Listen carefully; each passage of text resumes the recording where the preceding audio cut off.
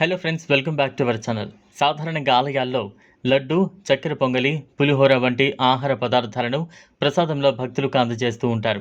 అది సంప్రదాయం కూడా. అలాంటిది గంజాయిని ప్రసాదంలో ఇస్తారని ఎవరూ ఊహించి ఉండరు. నిషేధిత మత్తు పదార్థం గంజాయిని భక్తులకు ప్రసాదంలో పంపిణీ చేస్తారనేది అసలు ఊహకు కూడా అందని విషయం. అదే వాస్తవం కూడా. కర్ణాటక ఉత్తర ప్రాంతంలోని 1-2 ఆలయాలు, మఠాల్లో ఈ ట్రెండ్ ఉంది.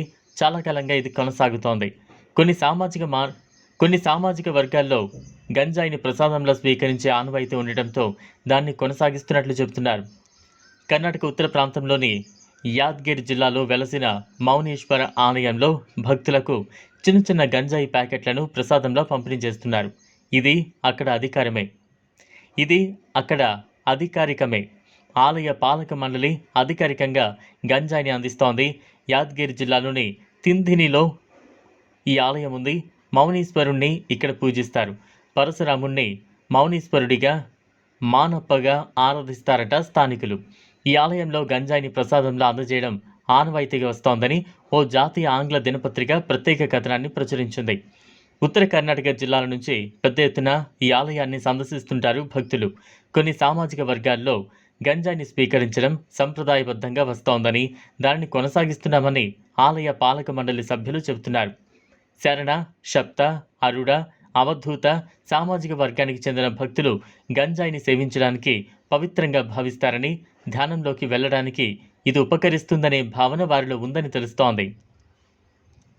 ఆయా సామాజిక వర్గానికి చెందిన వారు గంజాయి పవిత్రమైన గడ్డి పరికరాలుగా దీన్ని భావిస్తూ ఉంటారట.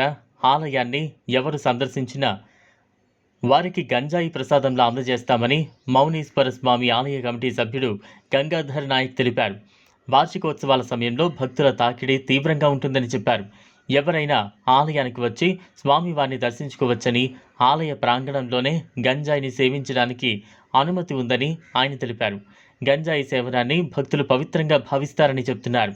ఆలయానికి వచ్చే భక్తుల్లో సాధువుల సంఖ్య అధికంగా ఉంటుందని చెబుతున్నారు.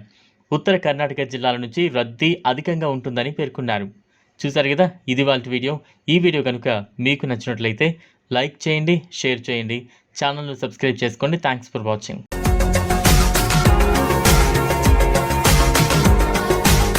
మరిన్ని అప్డేట్స్ కోసం మా ఛానల్ని సబ్స్క్రైబ్ చేయండి.